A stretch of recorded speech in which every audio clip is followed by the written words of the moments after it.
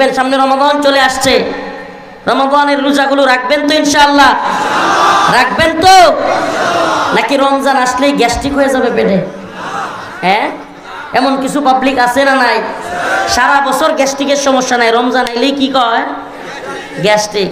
আমাদের মা বোনেরা ঠিকঠাক মতো পর্দা করলে করুক আর না করুক, রমজান আসলে চায়ের স্টল আর সিঙ্গারা পুরীর দোকান ঠিকই পর্দা করে। এই পর্দাগুলো ভাঙিয়ে দিতে হবে। রমজান মাসে বেরোজগারের কাছে আল্লাহর সাথে যে নাফরমানি করতেছে, আপনি কিভাবে তার কাছে বিক্রি করতে পারেন বলেন আমাকে? আপনি রমজান মাসে তাকে যে চা খাওয়াচ্ছেন, আপনার টাকা দিয়া চিনি কিনলেন, হালাল টাকা দিয়া চিনি কিনলেন, চা পাতা কিনলেন, আপনার টাকা দিয়ে সিঙ্গারা পুরি বানাইলেন, হালাল ইনকাম দিয়ে সব কিছু করলেন, অথচ রমজান মাসে বেরোজগারকে খাওয়ানোর কারণে ওই হালাল টাকা দিয়া সব খরচ কইরা হারাম ব্যবসা করলেন। ওই ব্যবসা কি হবে? হারাম। তাইলে ব্যবসায়ী যারা আছেন, রমজান মাসে চা স্টল খোলা রেখে চা বিক্রি করবেন? হ্যাঁ, কথা কয় না রে? আস্তাগফিরুল্লাহ। ওয়াজ কি বিরুদ্ধে গেছে কা? একবারে পর্দাগুলো ছিঁড়ে দিবেন, কোনো পর্দার দরকার নাই।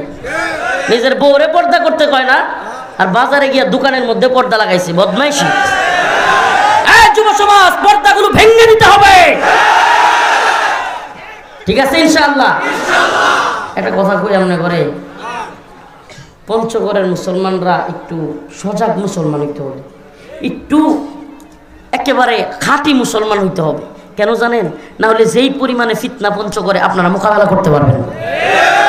পঞ্চগড়ে যারা মুসলমান, আমি সবাইকে বলে যাই, আজকের এই জনস্রোত, আপনাদেরকে আমি বিনীত অনুরোধ করে বলে যাই, আপনারা এমন সাচ্চা মুসলমান হবেন, আল্লাহ পাককে এমনভাবে স্মরণ করবেন এবং সব কিছুতে এমনভাবে সুন্নাহকে ফলো করবেন যেন আপনাদের ঈমানের কারণে এই অঞ্চলে কাদিয়ানি ফিতনা কিংবা হিজবুত তাওহীদের ফিতনা কিংবা বিভিন্ন ধরনের যত বাতিল ফিরকা আছে সব যেন ধ্বংস হয়ে যায়।